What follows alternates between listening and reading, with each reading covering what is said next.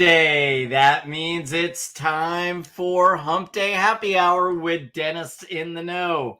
This is your backstage pass for current trends, politics, and education in the dental world. It's live, and it's usually over a cocktail or a beverage of your choice. Tonight, Jeffrey's tummy is having to take something a little lighter, but nonetheless, I will be having fun with you, and all of us are here to share great information. Tonight's show is being brought to you by our great friends at Q Optics and Quality Aspirators. They are an amazing partner to Dentists in the Know.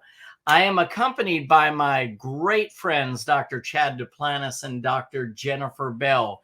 As you know, we are all dentists, we are all business owners, and we are all educators. And our job is to bring all of you in the know. So welcome, my friends. The band is together again 2 weeks in a row. Kind of exciting, huh? Kind of exciting. It gives me the chills, if I'm being honest. Am I sensing some sarcasm there? Maybe from Chad. I'm being dead serious. Yeah, I could tell you were serious, but Chad seemed kind of sarcastic. Yeah. How was I sarcastic? Sarcastic. Is our friendship still in like the trial period? Are we still in the trial period? Like you're just not 100% sure yet? Super secret probation. Probably didn't help that I threw you under the bus with a demo on public Facebook today. Didn't I see you walking with Bill yesterday? Yeah. Hey, no, actually, you know what? I probably was a little aloof when we were having this conversation because, now that we're on YouTube, I'm still trying to navigate this. I can't find the damn thing. That's all I'm going to say. Find YouTube? You can't find YouTube? No, I found YouTube, but I can't find the live video. And so, Are you not one of our many subscribers? Oh, no, I'm a subscriber, all right. As a matter of fact, I own the channel, so I think I am a subscriber. You have to have a channel, too. You have to have a personal channel in order to be able to watch. There's a lot of little loopholes to this. Yeah, well, you know what Facebook also did? Like on the mobile app, they took away groups at the bottom. Really? Yeah. Haters. So it's kind of tough to find things these days, but you know what? We're strong. And we're gonna win. We're gonna win this. We're gonna win. Is this your Friday Night Lights motivational speech? Mm-hmm. Except it's Wednesday night. Yeah. Well, that would be why it was mediocre at best. Yeah. You're not ready for Friday. Yeah. Yeah. So, how y'all doing? Great. Peachy. Good. Peachy. Are you? The week started out rough. Oh. I actually hit that with my knuckle. That was totally not by design. I'm sorry. I removed you by knuckle alone. Knuckles O'Houlihan here. Yeah. It's I've had a little bit of a rough start to the week, but I'm coming along. Was a little under the weather this weekend, and things are humming along now. Things are rolling through the system, kind of the way they're supposed to now. Yeah, drinking some iced tea tonight. Right. Yeah. Without the do not pass go, no $200 like before. Oh yeah. Yeah. It's all everything is done most tentatively. Right. Well, next week will be aces for you. I feel very confident. I could send you some of my kraut to recolonize your gut bacteria. There you go. It's a good idea. The kraut. Would that be kraut? What's kraut? Kraut. Sauerkraut? Sauerkraut from the kraut. I'm so confused. It's probably a joke, and I don't get it. Euphemism for a German. Oh, yes. Yes, it is, in fact. Gotcha. Because no one looks more German than you. But, I'm sure there are others that look a little more German, but social media rules right now. Yeah, no. I'm not really sure what's going on, but I'm just going to roll with it. Yeah. We're in our own world. So tell me about your weeks, guys. Are we going to play this game? We are. My week's been fantastic. Good. You deserve it. Yeah. You deserved a good week. It's kind of like, back to the grind, finally, feel like I can focus on work and focus on home, and everything is hunky dory right now. So we're That's good. awesome. Yeah. I have got to say, and I can say it now because the day is done, but I had one of those days that happens once a year, where everything was on time. Most appointments finished early, and no one was overly angry today. Like it was an enjoyable day in the office, which I don't know about you, but like most days I leave and there were definitely some highs that went really well. And then there were probably a few lows you're trying not to focus on, a staff issue, a clinical case that didn't quite go your way, a patient complaining about your administrative team, like whatever it happens to be. It gets rare that you can like reflect back on a singular day in the office working with the public and say, today was a really good, like predictable day. And it's just like golf. It was good enough to convince you to go back tomorrow and do it again. Wait, and you made money? And I made money. Oh my gosh. I know.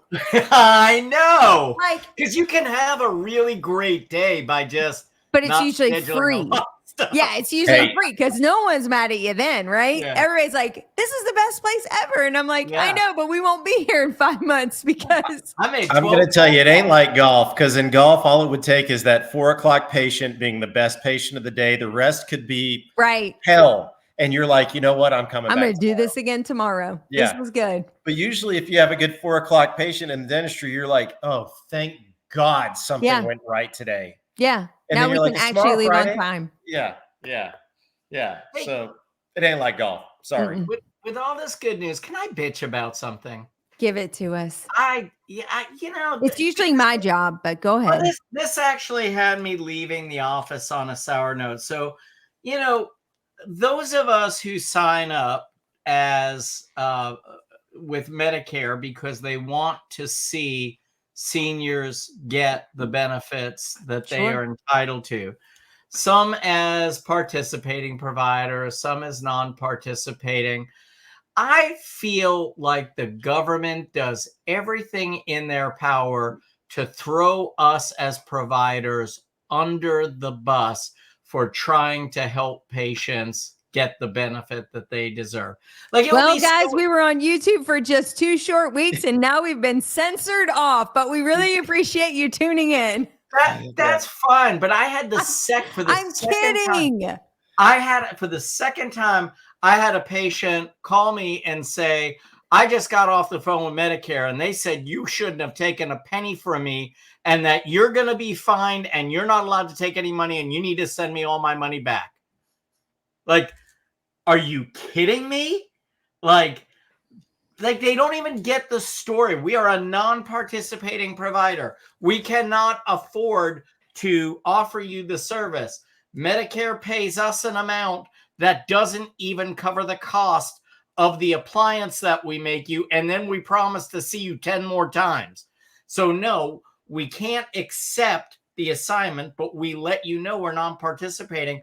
But somehow Medicare, when they call, somehow everybody thinks that every provider is a participating and has to accept assignment. And they get patients so wound up and calling us and mad at us as if we're trying to pull the wool over their eyes. I think a sandwich board would fix this. We're going to make you like a big sandwich board that you wear to every visit with a Medicare patient that just like they can't look at you without reading it over and over. Non-participating. I will help you, non-participating. but non-participating. And then you can get creative with the backside of the sandwich board. And it doesn't matter how many papers you hand to them, how many signatures they make. They don't remember that part. No. And then someone from the government tells them they should have never taken any money from you. That's illegal. You need to get your money back. Anyway, Ah, that's my rant. Sorry. I was only joking because the government likes to censor people. How about the news? I'll probably get censored for that too. How about the news? Is there news? It's okay. Fine. I did say kraut. I don't think that was a good thing either. You didn't say crap. I mean, seriously. No. Some people don't like sauerkraut. They might call it crap. I love sauerkraut. Okay, do the news, JB. Okay, fine. I will say, guys, I feel just a little bit vindicated. You know, we suffer a lot in our industry with burnout. And more recently, in the last couple of years, it's just getting more and more difficult to pay your bills and also receive low reimbursement rates from your insurance companies. Well, the vindication came on April 30th when Walmart decided to shut down all 51 dental centers that they have throughout the US. Now, you might think that the vindication I feel is because it's less competition in the market, but no, I don't really see Walmart's service industry as direct competition for our private practice. But they've noted it is the increasing cost of providing care and the low reimbursement rates of doing dentistry that has forced us to consider closing all 51 locations. And it makes me think, if Walmart, which is a billion-dollar company, is having a tough time justifying the bottom line of a dental service company, then maybe it sheds just a little bit of light on the challenges that are currently happening all across the country in the world of private practice. And why we're seeing many of them either retire, leave the industry altogether, sell their practices either to another private practice individual or to a DSO, or try to find some cohesive opportunity with other individuals in their collective space. But you know, if Walmart has a hard time making the P&L look right on 51 locations and the overhead to run a dental practice and what it costs to do that on a daily basis, it at least makes me feel a little bit better that our profession as a collective group has also been scratching our heads, particularly over the last 24 months, going, the math just doesn't always make sense about what we're doing as a profession and a business. So I'm not celebrating Walmart's loss, so I'm sure in some communities that's probably a big help to bring those patients back into the private practice. But it definitely is eye-opening to see that we're not the only ones struggling to run a dental practice. Another big piece, you know, this Change Healthcare cyber attack just keeps giving. It's like Dory, just keep swimming. Well, Change Healthcare keeps giving. Now they've disclosed for sure patient data has been compromised. In fact, the attackers are now holding 22 screenshots showing all the patient data that they now have access to. United Health is coming out with different language to help support those individuals whose data may have been compromised in all the patients. But I will say the very interesting comment from this particular article said nearly a significant portion of the US population. So that sounds like a lot, like maybe more than 60%, maybe more than 70% of the US population at some point has gone through a processing claim through United Health Group. And so, you know, who knows, you may be getting some notification in the mail regarding your compromised information. This story just continues to unfold. I'm not 100% sure that we are back to business as usual and that many individuals are still suffering from their claims not being paid on time. If that happens to be you, there is some help. You need to go to United Health. They have a support system there. If you're having a hard time paying your bills because of a delay in payment or your inability to submit claims because the systems have been down, there is some support to help you through that difficult period. And I would encourage you to consider that. The last little bit of information that we have for you tonight would be for our dental faculty members out there. There is a new bill that's been introduced that would give faculty members the opportunity to exclude their dental loan from their federal income tax. And they would be able to get some benefit from that. That's just one additional mechanism they're trying to put in play to help increase the ability to recruit dental faculty to work in our dental schools and universities. But they're working with HRSA right now to see if they can get a dental faculty loan repayment program which would give some advantage to those faculty members who may choose academics over private practice. And with that, that's the news. Very, very, very, very good. Hey, would you also know I did not at one time mention a murderer? There was a stalker story. I chose not to disclose that one. There was an embezzlement story from a dental school. Guys, I tried to stay, I'd like some recognition for my positivity. That's all. Yeah. I'm happy for your positivity, but I'm still a little bit aggravated. Miffed? Yeah. I'm in a bad mood tonight, guys. I had a kind of a up and a down this week. I have an instructor that I absolutely loved in dental school. And it looks like he was kind of moving towards retirement, and he had just moved to Northwestern Arkansas, and he was working at Walmart as a dentist, and he announced like last week or so, and I think it was just kind of a retirement job. And then this week we find out that So he had the job for 1 week? I don't know how long he had it, but he had just kind of announced that that's what he was doing. He was moving on from another practice, and I was like, oh man, I hate to hear that, but when I read their reasoning, it's kind of like anybody with half a brain would be like, well, duh. But the sad part is for the other professions, it's kind of a slap in the face because it's like, well, we're going to keep optometry in the vision centers, though. Yeah, but that just tells you the margin in dentistry is nowhere near what it used to be. And if Walmart can't buy supplies at a discount, like if they can't get their goods and services at a reasonable rate and they have the leverage and the buying power that they have, like all they have to do is say, we're Walmart, and you get an immediate 50 or 60% discount over 51 practice locations, even if you didn't factor in Walmart, even if they were just a DSO. At a DSO, they'd begin at 40% less than the average practitioner. Okay. But then factor in the fact that they're, backed up by Walmart, they should begin a 60% discount on their overhead. Maybe not staff costs, but certainly anything else that runs the machine, and they can't make it work. I don't understand. Well, I get it. And I'm personally not upset that that's not well, none of us want to be a commodity. Yeah.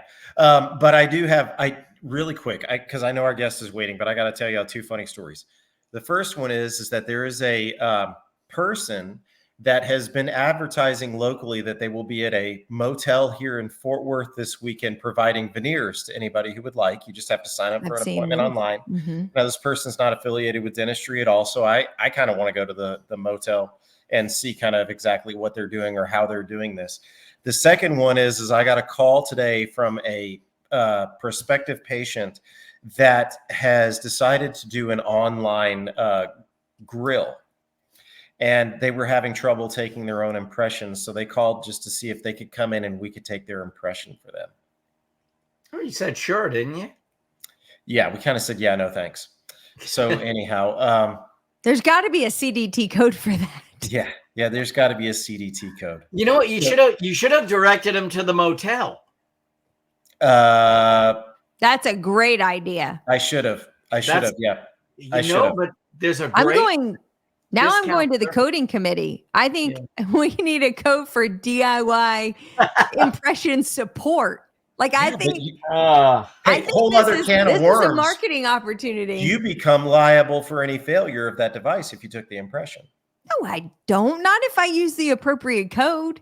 Yeah. Shh. Let's invite our guest on the screen. You're being rude. It's all about the code. Hey, I tell you what. The veneer guy at the Cicero Motel knows what code to use. Hey, Jeff, I can't do 2 things at once. So why don't you bring up our wonderful guest, and I'm going to introduce her. You do that because she is a delightful lady. I got to talk with her for a few minutes before, and I'm excited for everyone to meet her. So I am excited to, as we mentioned before, our sponsor this evening is Q Optics, and I asked Brent Downs of Q Optics, he's the national sales manager, to please introduce me to somebody who is spectacular in dentistry. And without hesitation, he introduced us to Sherri Lukes, who has her master's in hygiene. She's a fellow of the American Academy of Dental Hygiene. She was the 2023 Western Society of Periodontology Dental Hygiene Speaker of the Year. She's a speaker, she's an author, she's an educator. One of the things that I really like learning about her is that she has an extreme passion for oral pathology. And she also holds a pathology fellowship in the American Academy of Dental Hygiene.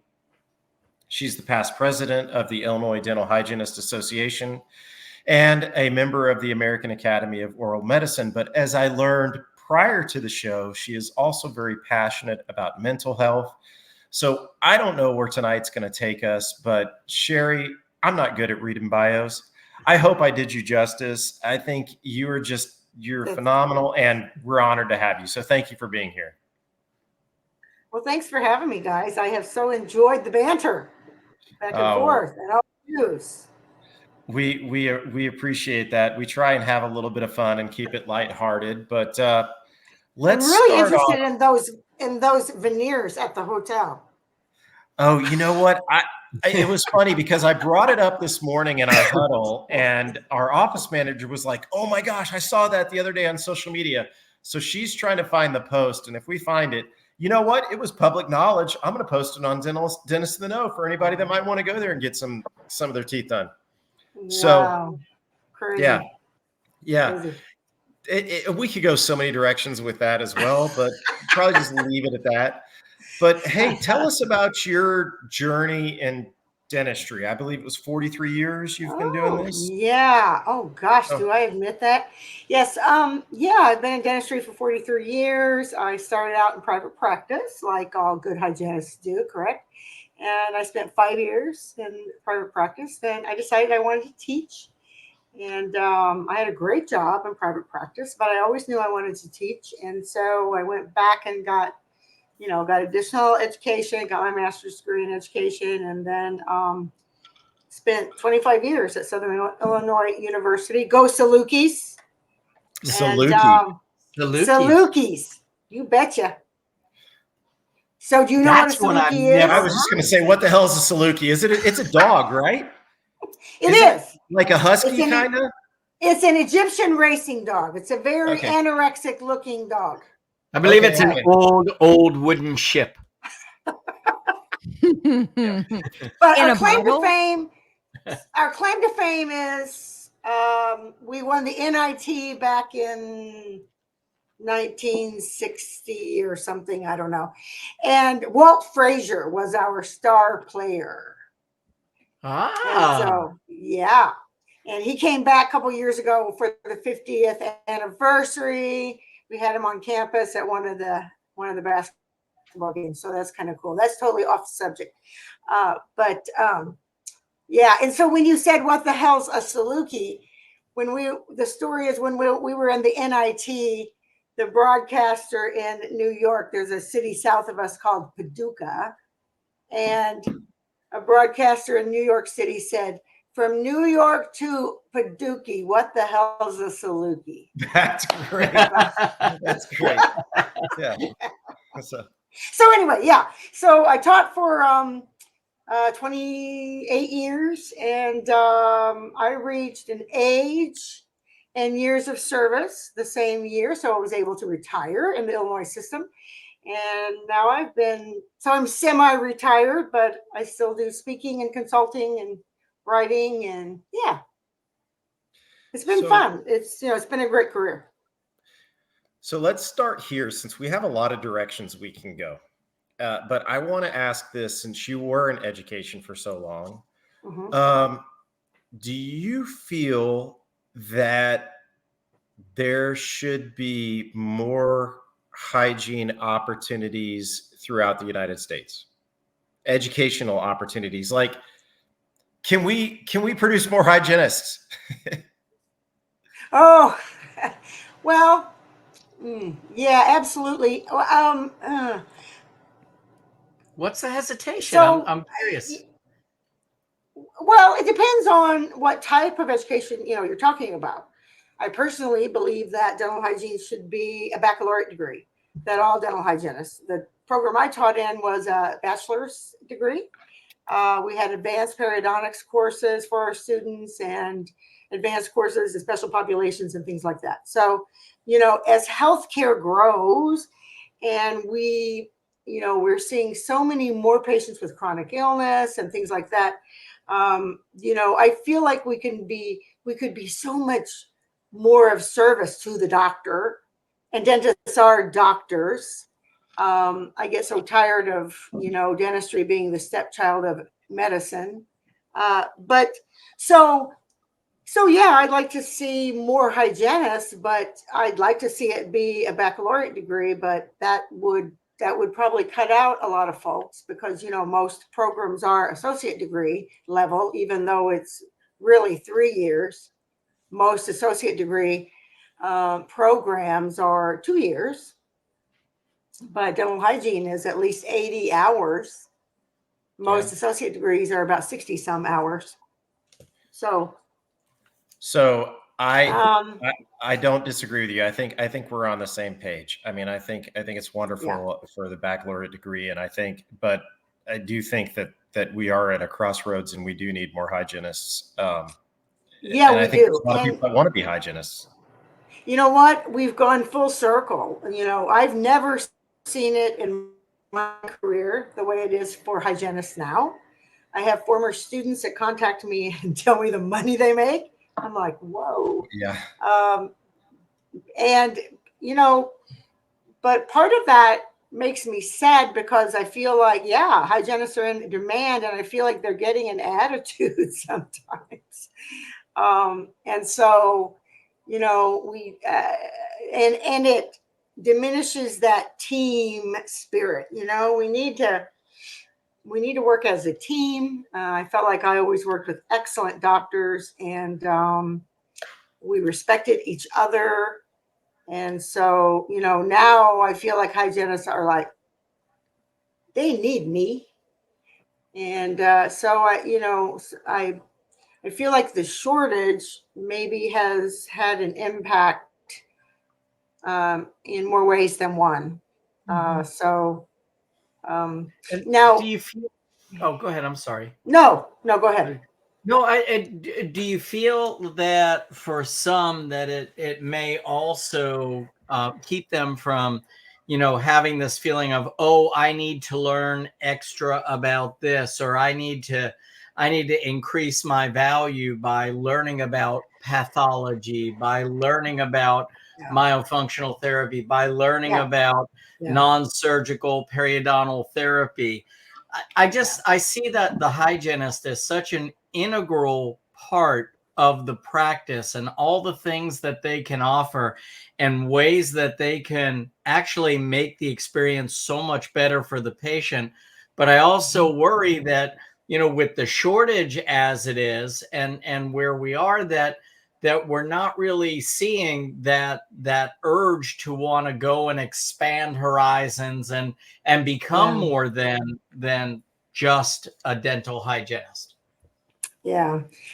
Part of that, though, is the fault of the profession as a whole, dentistry as a whole, that hygienists haven't been able to expand their scope of practice like we would like to.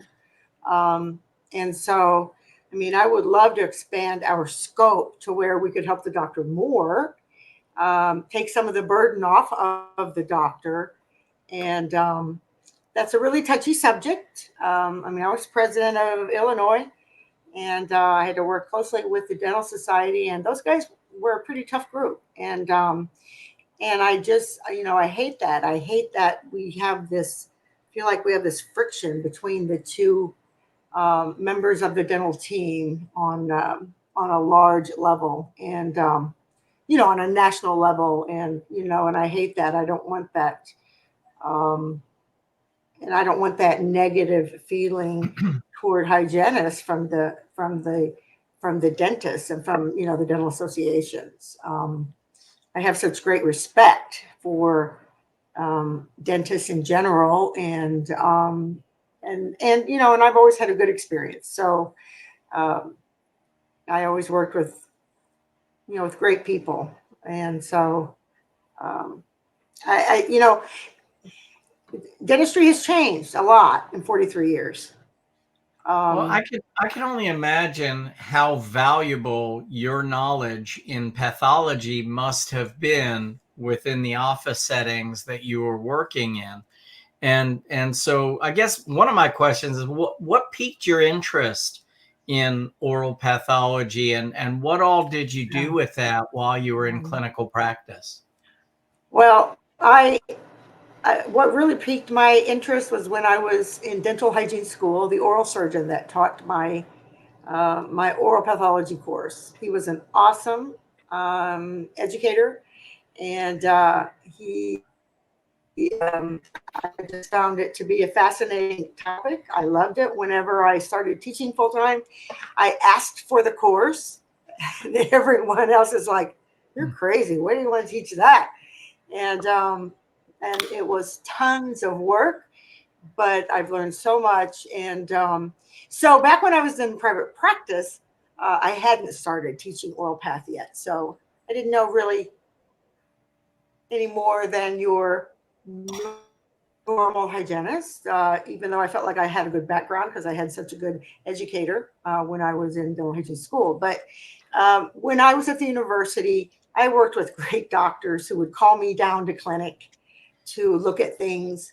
I got emails just this week from, and I've been gone for 10 years, from two of the doctors at the university where I taught, sent me a case to look at. And that's, you know, that's just really cool. I really appreciate that. And, they recognize that I do have a lot of knowledge and experience in the area. And, and so they run things by me. And I think that's, that's exciting to me. I think you bring up an interesting point about the role that hygienists play in oral pathology and empowering them on the oral cancer screen. I don't know that every doctor, empowers their hygienist, or that every hygienist necessarily feels that same drive that you had. Yeah. But if you could give them like a few key pointers of ways that they could incorporate a quick pathology exam in their own, clinical experience that might have some impact for their private practice. Yeah, and in my courses, I encourage, and I typically speak to hygienists more than doctors. I'm perfectly comfortable speaking with doctors because I know my topic, and but I typically say to hygienists, you can elevate the services of the practice by being on the top of your game. And if that's pathology, great. If that's in another area, oral systemic health, whatever that is, you can elevate all the services of the practice. I want to be the hygienist that the patient goes out and says, wow, my dental hygienist found these red dots in my mouth, and I have hereditary hemorrhagic telangiectasia. My dental hygienist found that, or she found these brown spots in my mouth. I have Peutz-Jeghers syndrome, and I didn't even know that. I sincerely believe that it can elevate the services of the practice when you have somebody practicing at the top of their game like that. Dr. So-and-so, his hygienist, man, she's on it, and you're with the patient a lot longer, absolutely. We're expected to observe and diagnose very quickly, and hygiene is sitting there for an extended period of time. It's a great time to catch. It is. And so I usually say, I ask, how many of you do the intra-extraoral exam? At least half of the room will raise their hands. And so, and then of course the doctor makes the diagnosis, the hygienist does not diagnose, but certainly she can assist in that whole process. And that takes part of the burden off of him to have to do that extra couple of minutes. I always say, leave a little calculus on the distal of 22 before you forego the intra-extraoral exam. I've talked to so many hygienists who they identified the lesion that ended up being an oral cancer, or some other type of lesion that can go so far, because this patient tells the next patient, tells the next patient. And so I sincerely believe that a good hygienist can really elevate, the services of your practice. I totally agree, and the thing is like, let's talk about something about, let's just pause there and talk about oral cancer examinations. It's the hygienist, you mentioned it, technically can't diagnose, but they find a lot of the things that they point out that they want us, the doctor, to look at, and not just intraorally, extraorally too. I mean, there's a case that I show in every presentation is a melanoma right on the vermilion border. And then, I also want to say that, people who think that patients don't care about this, they've got another thing coming, because we have patients saying, well, aren't you going to do my cancer screening today? Especially if you give them a piece of technology, it's going to make the hygienist feel more valuable, and it's going to make the patient feel more valuable as well. And, just these ancillary services, as you will, provide so much value to the care that they and you are providing as a team. Oh, absolutely. And doing, you can do finger sticks. I mean, it doesn't take a rocket scientist to do a finger stick for diabetes. We have so much pre-diabetes out there. We could expand our services so much. But that all takes time, and it takes good scheduling and that kind of stuff. It takes everybody being on board, and I mean, I get it. It can be, like when I start talking about, doing a good extraoral assessment and all the things that they should be looking for, I can almost hear the out there. Come on, lady. I've got to bring the patient back. I've got to go over the medical history. I've got to take x-rays. I've got to scale and polish, yada, yada, yada. But I try to point out that, if you have a set protocol, you can do this all very quickly.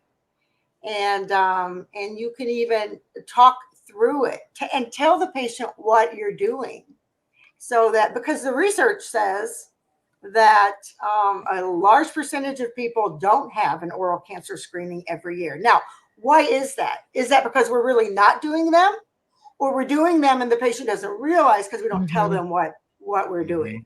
So, I don't know.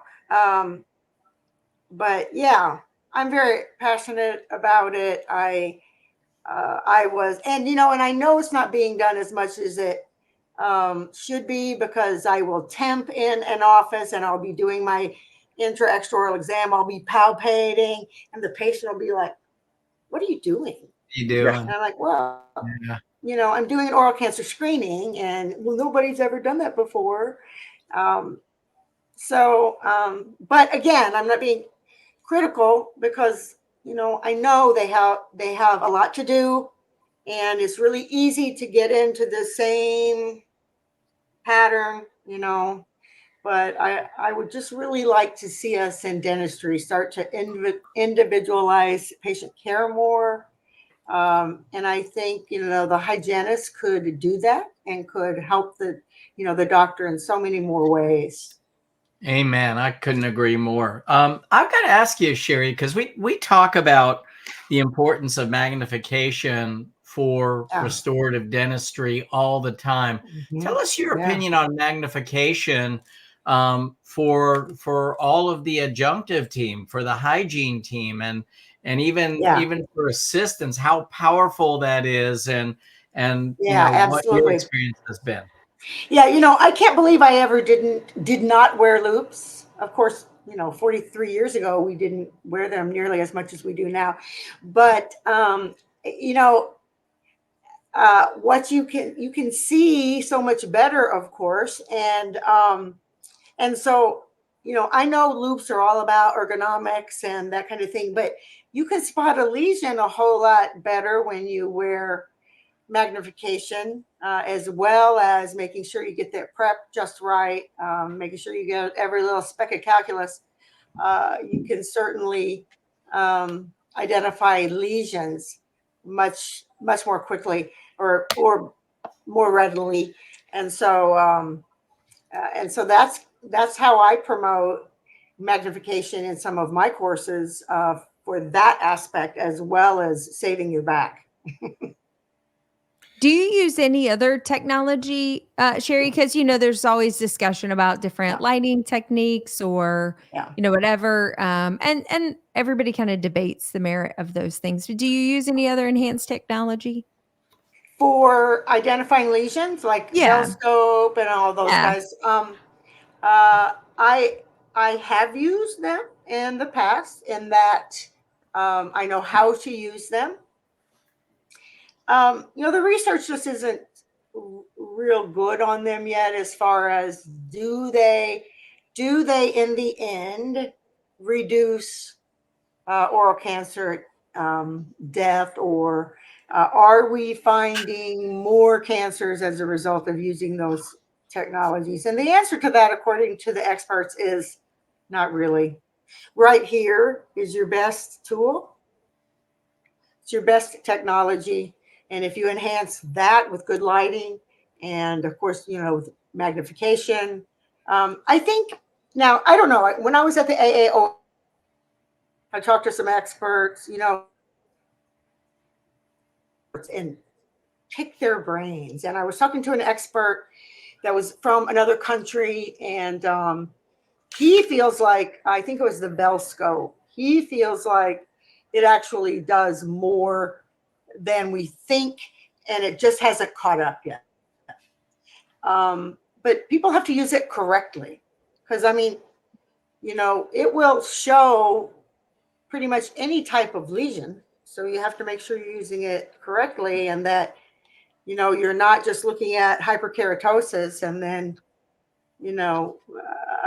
making the patient aware that there's something going on there, and then the whole thing, do you charge for it? Do you not charge for it? Do you just build in? That's a tough one. How about you guys? Do you guys use any of those technologies in your offices? We use the Velscope on every patient, and I will say that, I think I think you need the visual, I think you need the tactile examination, but it's just like AI. It's going to bring your attention to something. Is it always cancerous? No, but it's definitely a talking point, and it brings your attention to something that may need to be addressed. And that's one of the things that the expert I spoke with, he talked about that aspect as well. So. And I will say, just a little shameless plug here, if you have the opportunity, tune in next week to either the live or the recorded show, because there's a great breakthrough in cancer technology that we're talking about next week that's more extraoral in use. And awesome. it takes it, I'm going to say, probably 10 to 20 steps further than anything that we're capable of right now. And so I would tune in next week. There's something really So is exciting. it looking at, can you give me a hint? Is it looking at some of the it's molecular be looking at biomarkers? Skin lesions. It's created by a dermatologist and specifically designed to spot melanomas or see lesions that should be evaluated further. And it's kind of a red, yellow, green light aspect of green light, patient goes home, keep an eye on it. Yellow light, keep a closer eye on it. Red light, they go to the dermatologist immediately. Okay. So, and I'm super excited about it. So that's going to be on next week. So, and I think that's something that actually could be not just a value add, but something that we could use in our practices, and I hate to use the word profit, but benefit from by providing that service, especially if we take it a one step further. So sure. Yeah, Dr. Eric Lingen, one of the premier oral cancer researchers at UIC in Chicago. I usually go to his courses at Chicago Midwinter Meeting, and he does a great job of talking about the different screening tools out there, and then and then talking about where we're going in the future. So looking at some of these molecular biomarkers and developing technology to identify them even before you can see anything histologically under under the microscope. So I think the oral systemic cool connection is huge. I think that pathology is huge, and my hat's off to you for actually, really just taking a deeper dive into it and making it a passion. But let's switch gears. Before the show, you mentioned that your other passion is mental health. So take us down that road and tell us how that plays into what you do. Yeah, so Dr. Robert Lee and I, a few years ago, developed a course on mental health, and any topic I present on, of course I research extensively, and Dr. Lee and I developed a course primarily on the part of the provider. Okay, so dentists, hygienists, and the mental health issues that we face, in dentistry. So, and we did that course a few times, and it was well received. But my new course is I'm doing some on the part of the provider, but I'm also looking at the patient and how can we recognize mental health issues among our patients? How can we help them with it? How can we identify perhaps those at risk of suicide? And because I don't know about you guys, but as a hygienist, I felt like a psychologist a lot of the time in private practice. It was amazing. 100%. Isn't that amazing what people will share with you? And you have your hands in their mouths half the time, but the things people will share with you, and you know what? People need to be heard. And I mean, and isn't it everyone's job? Isn't it everyone's job to help people? I don't care if you're the checker at Walmart, the checker at Walmart, the dental hygienist, whomever. Well, you aren't going to be a checker at Walmart in the dental clinic anymore. I'm sorry. No, we had to give that up. Right, I had to give it up. Yep. Yeah. But yeah, so that has become a passion of mine, and I'm doing that course coming up here at the Connecticut Dental Association meeting. I'm doing that course at the Montana Dental Association meeting, so I'm really excited. Yeah, so I'm kind of changing my focus. I mean, I'll always be interested in pathology, but I'm kind of changing my focus to mental health issues and hoping to work that angle. So you want to give us a sneak peek into some of just the obvious things that we could be looking for as practitioners for someone who may be suffering from mental health disease or potentially suicidal? Or especially people who you over the years that and then they come in and they're disheveled, their mouth is a mess, and that's not how they were previously. And so those can be some significant signs. People who come in and they are fidgety, or they're obviously sweating a lot. Anxious people sweat, they fidget, or the opposite. They're very quiet, very non-responsive to treatment options, and especially if they previously were. You see your patients oftentimes more than the primary care provider. So, oftentimes the dental community can identify these things even more so than the primary care physician. And then, there's so many things that we can do. You might be the person that says that one thing. I have a hygienist friend in Texas who actually averted a suicide, the dental hygienist.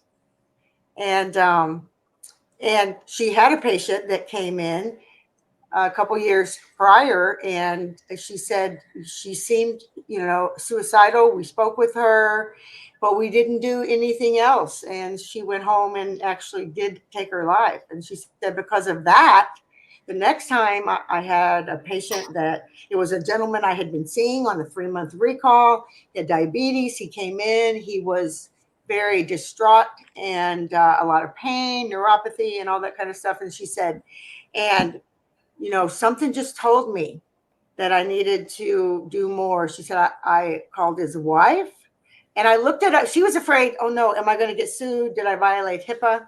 And I actually looked it up and she wasn't in violation, but she called his wife and the next time he came in, he came straight to her and hugged her and told her, you saved my life. So I feel like that is so compelling. That's so powerful. It really is. Yeah. Way more important than that calculus on the distal of 29 sometimes, absolutely. Right? Absolutely. How did you know that that's where it was left today? I have a feeling, Chad. Yeah. Dang it. It was 29. I knew it was. But no, I mean, you're absolutely right. And as promised earlier, I am going to connect with you and tell you that dentist that I was mentioning that was. Yes, I would love that. Yeah. I would love that. I hate to say this is embarrassing. I've heard him speak a couple times. He might not even be a dentist. I know I've seen him speak at dental conventions, but I'll make sure that I make that connection. But I think it's so powerful. I notice a lot of people in dentistry that are kind of gravitating towards that because we're seeing a lot of things. I mean, I had a patient come in a couple years ago that was telling me about issues that she was having with her son and her granddaughter and her daughter-in-law. And she said to me, she says, she goes, I was fearful of harming myself. And my son suggested that I go get help. And she goes, but I told him that I wasn't going to go seek help until I talked to you first. And I'm like, me? Really? She's like, yeah. And I go, you need help. And she's like, I was like, I hate to tell you, I was like, I'm glad that you got to see me, but if that was your pivot point, you needed to go get help before you came and talked to me about it, because that could have been bad. And so there's an odd connection that some people feel to their dental team. And so I totally get everything that you're saying. Yeah. But it's very important that we take that into consideration as we're go ahead. You go. Well, I was just going to say kudos to the ADA too, because when you go on their website, they have some great resources, mental health resources on the ADA website. And I can't say that for ADHA because I couldn't find anything on our website for hygienists to help in that area, but several great resources on the ADA website. So good job, guys. Yeah, well, I appreciate you bringing all of that to our attention as well. I have a question for you because I don't want to run over on time. We'll be mindful of everybody's time, but we had a question earlier that I think is great. And as a hygienist, I think you would probably be the best to answer this. And it was directed to you anyways. Sherri, in your opinion, what are the most important aspects of a new patient exam? Oh, definitely the assessment phase. So, well, a new patient exam is the assessment phase. And so, yeah, I think the intra-extraoral exam, of course, is first and foremost. I think in a new patient exam, we should look at the overall health as well. I believe we should be taking blood pressures on every patient. I do a whole course on keeping the medical history front and center, always looking back at the medical history. So, taking a good medical history, going over the medical history. I love my dental office, but nobody ever updates my medical history. So I think that's so very, very important. And before we get in there and start, scaling and polishing, I feel like we need to look at the overall health of the patient and what might be going on otherwise with, systemic health and other issues that will ultimately affect the patient's oral health. But we tend to jump in there and start with our procedures, right? Yeah, you're right. I I mean, think You that's mentioned I mean, earlier about yeah. You'd mentioned. I'm sorry. You'd mentioned earlier go. about finger sticks and how important pre-diabetes and understanding the diabetic condition and how oral conditions can make the diabetes worse. How having diabetes can predispose one to additional periodontal issues and Yeah. other oral systemic connection, other oral health problems. What have you ever done any HbA1c testing within the office? Because that's actually a pretty easy thing to do now. It is. And I feel sure we have a code for that now that we Yeah. can be reimbursed Mhm. for. Yeah, we did it. We did it in our clinic at the university. We had a grant. I'm not sure if they still do it, but we were doing it on every patient, at the university. And I thought it was a great service. We identified a lot of people who were, pre-diabetic. And so, the research says that there's a lot of pre-diabetes out there. We see the patient more than they see their primary care provider. Why not do a finger stick in the dental office? And you can charge for it. And some of those procedures you can bill on the medical side. I don't know. Have you ever heard Kendra Sellers speak? I've never heard of her. Have you? Either of you guys heard of Kendra? She's been commenting all night, Sherri. Has she? Yes, I love her. she's been commenting all night. We love you and appreciate you, Kendra. Hey, Kendra. She is a wealth of information on billing on the medical side, that you guys could collect so much more money for some of your services if you build on the medical side instead of on the dental side. It totally opens the door to the discussion of periodontal health and non-surgical periodontal therapy. It opens the door to the discussion about sleep apnea and other inflammatory and that's huge now too, isn't it? Yeah. So there's a lot there, even beyond just being able to bill for it. There's just so much other discussion and other services that we can offer our patients from that. Yep. Sure can. So I'm laughing because Jeff, you kind of brought up a couple of comments here, and I just want to let you know that Jeff's favorite commercial out there is the Jardiance commercial, and I think we should just collectively sing that for him, and just because he feels that it's such an important aspect of our profession. I take once daily Jardiance, and it stays strong. It was easy to see. Yeah. Jardiance, by the way, we are taking donations. Feel free to message us for that free publicity. But this is going to become a music channel, but for now, we're all talk all the time.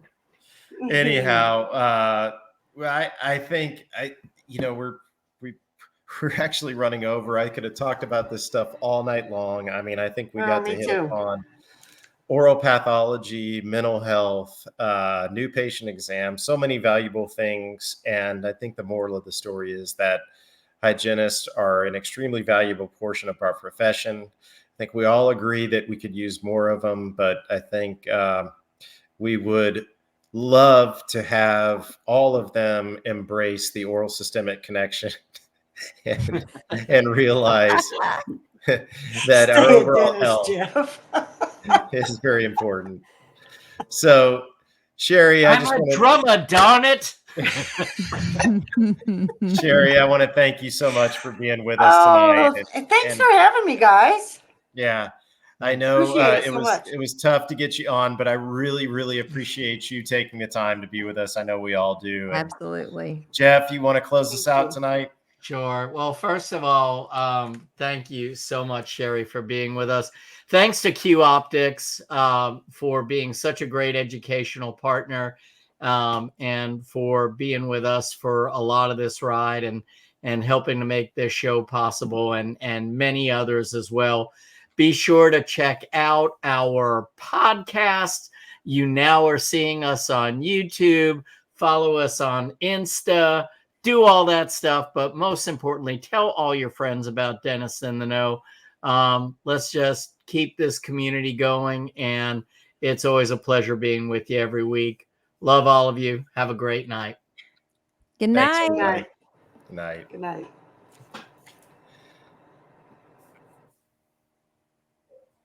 So I don't know if I sounded okay or not. Mm. Oh, we're not done? Well, my